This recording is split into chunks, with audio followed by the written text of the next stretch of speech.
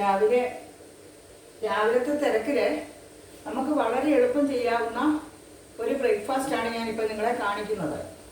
അതായത് പുട്ടിന് പൊടി നനച്ചു, നാളികേരം. അപ്പോൾ ഇന്ന് ചിരട്ടപ്പുട്ടാണ് ഉണ്ടാക്കുന്നത്. ചിരട്ടപ്പുട്ടാകുമ്പോൾ നമുക്ക് എളുപ്പമാണ്. ചിരട്ട സ്റ്റീലിൻ്റെ ചിരട്ടയാണെന്ന് മാത്രം. അപ്പോൾ ഇഡ്ഡലി പാത്രത്തിൽ വെള്ളം ഒഴിച്ചു.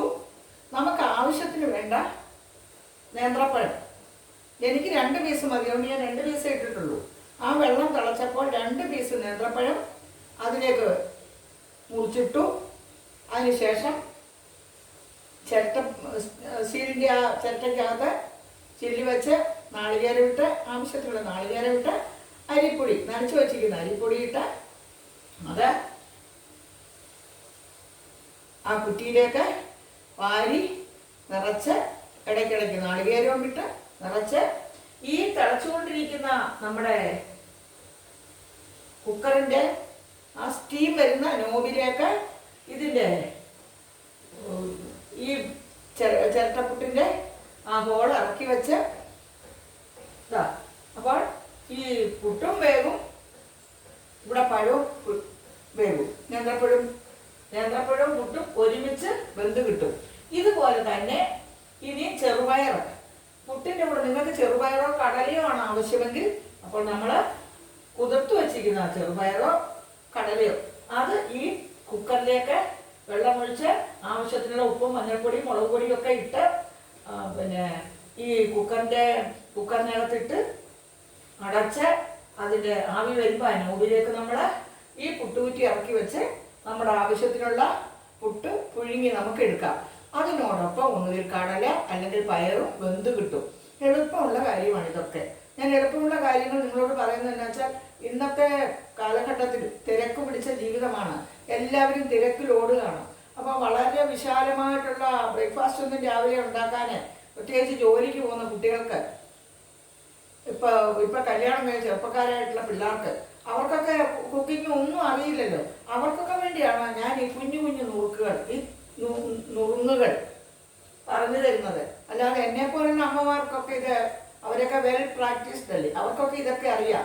അവർക്ക് തോന്നുമോ ഇതെന്തോന്നും ഇപ്പം കാണാനില്ല. പക്ഷേ ഇങ്ങനെയുള്ള ആൾക്കാർക്ക് വേണ്ടി, ഇന്നത്തെ തിരക്ക് പിടിച്ച ജീവിതത്തിൽ രാവിലെ ഓടിപ്പടഞ്ഞ് ജോലിക്ക് പോകേണ്ട അമ്മമാർക്ക്, കുട്ടികൾക്ക്, ചെറുപ്പക്കാർക്ക്, നവവധുക്കൾക്ക് ഒക്കെ വേണ്ടിയാണ് ഞാൻ ഈ ചെറിയ ചെറിയ കാര്യങ്ങൾ മാത്രം നിങ്ങളെ കാണിക്കുന്നത്. ഇതിപ്പോൾ മഹാസംഭവമൊന്നും അല്ലെങ്കിലും രാവിലത്തെ തിരക്ക് ഇത് മഹാസംഭവം തന്നെയാണ്. പിന്നെ പുട്ടുപൊടി നനയ്ക്കുന്നതിൽ ഞാൻ പല പ്രാവശ്യം പറഞ്ഞിട്ടുണ്ട്. പുട്ടുപൊടി നനയ്ക്കുന്നതിൻ്റെ ഒരു ട്രിക്ക്, അതായത് എത്ര പുട്ടുപൊടിയാണോ നമുക്ക് ആവശ്യമുള്ളത് അത് ഉപ്പിട്ടിട്ട്, ആവശ്യത്തിനുള്ള ഉപ്പിട്ടിട്ട്, എത്ര പൊടിയുണ്ടോ അതിൻ്റെ മുകളിൽ നെകക്ക വരെ വെള്ളം ഒഴിച്ച് അവിടെ വെച്ചാൽ മതി. നിങ്ങൾക്ക് തോന്നുന്നത് കുഴഞ്ഞു പോകില്ലെന്നില്ല, നെകക്ക വെള്ളം ഒഴിക്കണം കേട്ടോ. 1 ഗ്ലാസ് പൊടിയാണെങ്കിൽ ആ പൊടി ഇട്ട് ഉപ്പ് ഇട്ടിട്ട് അതിന് നെകക്ക വെള്ളം ഒഴിച്ച് അവിടെ വെച്ചിട്ട് നമ്മൾ നാളികേരമൊക്കെ ചിരകി പിന്നെ ബാക്കി കാര്യങ്ങളൊക്കെ ചായയൊക്കെ ഇട്ട് വരുമ്പോഴത്തേക്ക് കറക്റ്റ്, നമുക്ക് കൈ തൊടുക പോലും വേണ്ട, സ്പൂണ് കൊണ്ടൊന്ന് ഇളക്കി കൊടുത്താൽ മതി. കറക്റ്റ് പാകത്തിലുള്ള പുട്ടുപൊടിയായി കിട്ടും. പുട്ടുപൊടിക്ക് നനവ് നന്നായിരിക്കണം. നല്ലോണം നനവുണ്ട് പുട്ടുപൊടിക്ക്. ഒരു തവണ നനച്ച് അങ്ങോട്ട് വാരി വെച്ചാൽ ആ പുട്ട് സോഫ്റ്റ് ആവുകയില്ല, അത് ഡൈജഷനൊക്കെ ബാധിക്കും. അതേ സമയത്ത് പുട്ടുപൊടി അല്ല, ഇനി വെള്ളം നിലക്കി ഒഴിച്ച് അല്ല വയ്ക്കുന്നതെങ്കിൽ 1 പ്രാവശ്യം പുട്ടുപൊടി ഉപ്പിട്ട് നനച്ച് വെച്ചിട്ട് അവിടെ വയ്ക്കുക. നമ്മൾ ഓരോരോ ജോലികൾ കഴിഞ്ഞ് ചായയൊക്കെ ഇടുക, അങ്ങനെയുള്ള കാര്യങ്ങളൊക്കെ കഴിഞ്ഞ് ഇടയിലൊന്ന് പോയി അതൊന്ന് ഇളക്കി നോക്കണം. അപ്പോൾ അത് പഴയപടി തന്നെ ആദ്യം എങ്ങനെയിരുന്നു ആ പുട്ടുപൊടി അതേപോലെ ഇരിക്കും. അപ്പോൾ നിങ്ങൾ വീണ്ടും ഒന്നുകൂടി നനച്ച് അവിടെ വെച്ചിട്ട് നിങ്ങളുടെ ജോലിയൊക്കെ ചെയ്യണം. വീണ്ടും പോയി നോക്കുമ്പോഴേ അത് ഡ്രൈ ആയിരിക്കും. ഒരിക്കൽ കൂടി അത് നനയ്ക്കുമ്പോഴേ അത് സോഫ്റ്റ് ആകുള്ളൂ. അങ്ങനെ വേണം പുട്ടുണ്ടാക്കാൻ. പിന്നെ പുട്ട് ചില ആളുകൾ ആവി വന്നാൽ ഉടനെ പുട്ട് വാങ്ങും. ഒരിക്കലും ആവി വന്നാൽ ഉടനെ പുട്ട് വാങ്ങരുത്. ആവിയിൽ കിടന്ന് ആ പുട്ട് വേകണം. ഇപ്പോൾ ഇത് വെന്ത് കഴിയുമ്പോഴത്തേക്ക് അടിയിൽ നേന്ത്രപ്പഴം പാകമായിട്ടുണ്ടാവും. ഇത് നിങ്ങൾക്കൊക്കെ ഈ എളുപ്പപ്പണി ഞാൻ പറഞ്ഞത് എളുപ്പത്തിന് വേണ്ടിയാണ്, നിങ്ങൾക്ക് എളുപ്പത്തിന് വേണ്ടിയാണ്. പിന്നെ ഇത്രയും കാര്യങ്ങൾ ഇന്ന് പറഞ്ഞതുകൊണ്ട് നിങ്ങൾ ചോദിക്കും, ഇപ്പം ഞങ്ങൾക്ക് ഇതൊക്കെ അറിയില്ലേ ടീച്ചറെന്ന്. അറിയാത്തവർക്ക് വേണ്ടി മാത്രമാണ് ഞാനിത് പറഞ്ഞു തന്നിരിക്കുന്നത്. ഈ കുഞ്ഞു വീഡിയോ എല്ലാവർക്കും ഇഷ്ടമായാൽ പറയണം. നിങ്ങളൊക്കെ ഇന്ന് അപ്പോൾ എൻ്റെ കൂടെ ബ്രേക്ക്ഫാസ്റ്റിന് എൻ്റെ ഒപ്പം ഉണ്ടാകണമെന്ന് ഞാൻ വിശ്വസിക്കുന്നു. എല്ലാവർക്കും ഒരു നല്ല ദിവസമാകട്ടെ എന്ന് ടീച്ചർ പ്രാർത്ഥിക്കുന്നു. എല്ലാവർക്കും സുഖവും സമാധാനവും പ്രതീക്ഷിച്ചുകൊണ്ട് ഇതാ ഞാൻ ഈ പുട്ട് ഓഫാക്കുകയാണ് കേട്ടോ.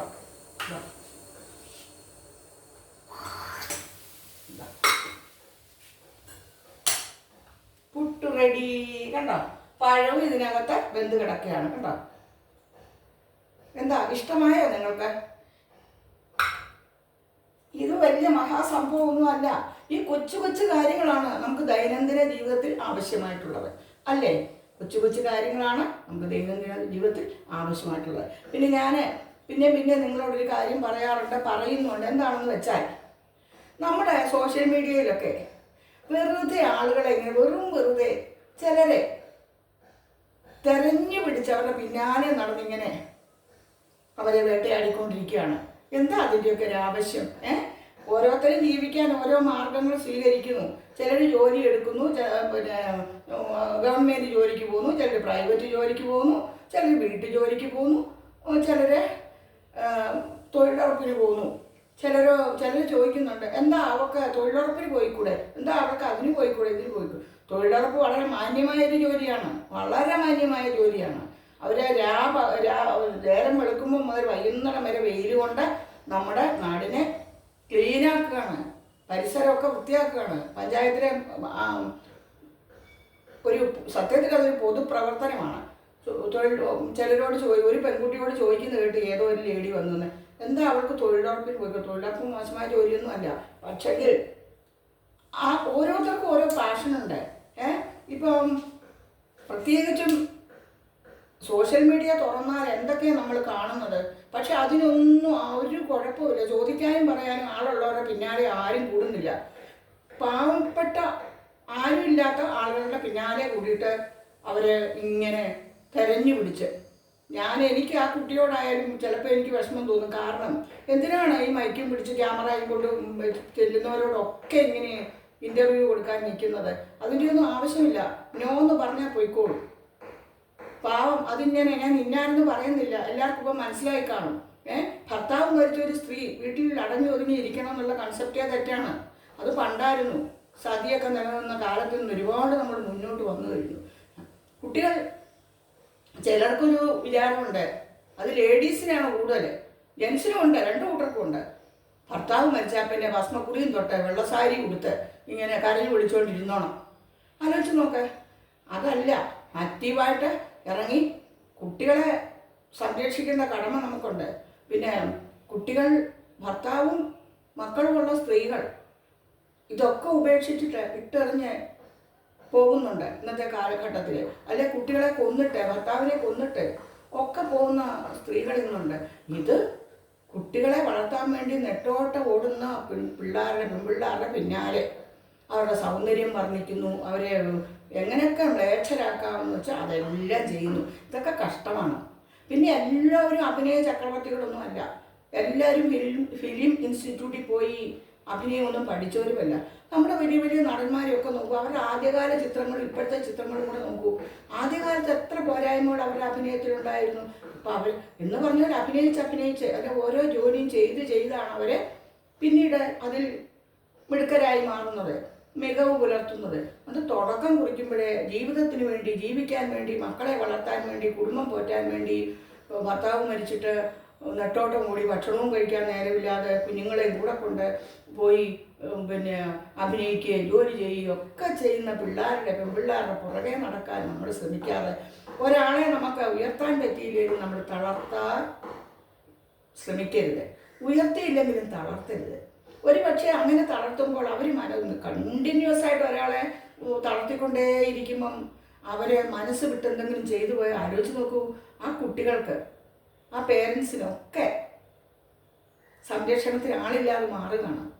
അതുകൊണ്ട് നമ്മൾ ഒരാളെ ബ്ലെയിം ചെയ്യുമ്പോൾ, ഒരാളെ ഇൻസൾട്ട് ചെയ്യുമ്പോൾ, ഒരാളുടെ പുറകെ നമ്മൾ കുറ്റപ്പെടുത്തുമ്പോൾ നമ്മൾ ഒന്ന് ചിന്തിക്കണം. നമ്മളെല്ലാവരും ഒരുപാട് കുറ്റങ്ങളുള്ളവരാണ്. യേശുക്രിസ്തു ഭഗവാൻ പറഞ്ഞിട്ടുണ്ട്, ഒരു വിരൽ നീ ഒരാളെ ചൂണ്ടുമ്പോൾ ബാക്കി 4 വിരലും നിന്റെ നേരെ തിരിയുന്നുണ്ടെന്നുള്ള കാര്യം നമ്മൾ ചിന്തിക്കണം. കുറ്റവും കുറവില്ലാത്തവരാരാണ്? പിന്നെ ഈ കുറ്റപ്പെടുത്തുന്നവരെക്കാളിൽ എന്തെങ്കിലും ഒരു കഴിവ് മറ്റേ ആൾക്കാർക്കുള്ളത് കൊണ്ടാണല്ലോ അവർ ഇവരുടെ പുറകെ നടക്കുന്നത്.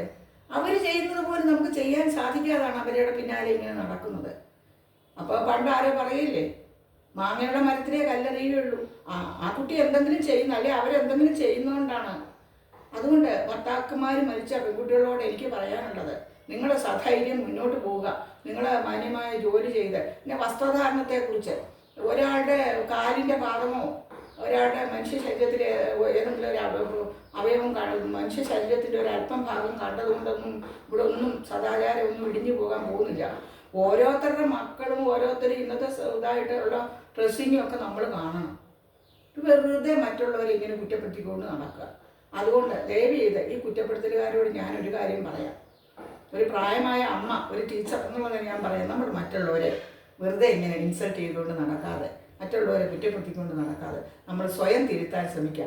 ഈ കുറ്റപ്പെടുത്തുന്നത് തന്നെ ഏറ്റവും വലിയൊരു കുറ്റമല്ലേ? സ്വന്തം കുറ്റമാണത്, മറ്റുള്ളവരെ ഇങ്ങനെ കുറ്റപ്പെടുത്തിക്കൊണ്ടിരിക്കുക എന്നുള്ളത്. ഞാൻ ഈ പ്രഭാതത്തിലെ ഭക്ഷണം ഉണ്ടാക്കുന്നതിനോടൊപ്പം ഇത്രയും കാര്യങ്ങൾ പറഞ്ഞെന്നേ ഉള്ളൂ. ഇത് ഉൾക്കൊള്ളുന്നവർ ഉൾക്കൊള്ളട്ടെ, ആരെയാ പറഞ്ഞതെന്ന് വെച്ചാൽ അത് മനസ്സിലാക്കിക്കോട്ടെ. ഇന്നത്തെ ഈ വീഡിയോ അവിചാരിതമായിട്ട് ഞാനങ്ങ് പറഞ്ഞു പോയതാണ്. ഞാനിനി പ്രഭാത ഭക്ഷണത്തിലേക്ക് കടക്കട്ടെ. നിങ്ങളെല്ലാവരെയും ഞാൻ എൻ്റെ പ്രഭാത ഭക്ഷണത്തിലേക്ക് ക്ഷണിക്കുന്നു. എല്ലാവർക്കും ഒരു സുദിനമാകട്ടെ. പരാജിതരെ ഉയർത്താനാണ് നമ്മൾ നോക്കേണ്ടത്, അവരെ ചവിട്ടി താഴ്ത്താനല്ല നോക്കേണ്ടത്. വീണ് കിടക്കുന്ന മരത്തിലേക്ക് ഓടിക്കയറാൻ എളുപ്പമാണ്. അതുകൊണ്ട് സ്ട്രെയിറ്റ് ആയിട്ട് നിൽക്കുന്ന മരത്തിലൊക്കെ കയറാൻ ബുദ്ധിമുട്ടാണ്. അതുകൊണ്ട് നിങ്ങൾ ദയവ് ചെയ്ത് ഈ ചെയ്യുന്നവരോട് മാത്രമാണ് ഞാൻ പറയുന്നത് കേട്ടോ. ഈ വീണ് കിടക്കുന്ന മരങ്ങളിലേക്ക് ചാടി കയറാതെ നിങ്ങൾ ആ മരം ഒന്ന് ഉയർത്തിപ്പിടിക്കാൻ നോക്കിയില്ലേലും നിങ്ങൾ അവരെ തളർത്താതിരിക്കാൻ ശ്രമിക്കുക. എല്ലാവർക്കും ഒരു നന്മ നിറഞ്ഞ ദിവസമാകട്ടെ എന്ന് പ്രാർത്ഥിച്ചുകൊണ്ട് നിങ്ങളുടെ സരസ്വതി ടീച്ചർ, സരസ്വതി സരയു. ലോകാ സമസ്ത സുഖിനോ ഭവന്തു.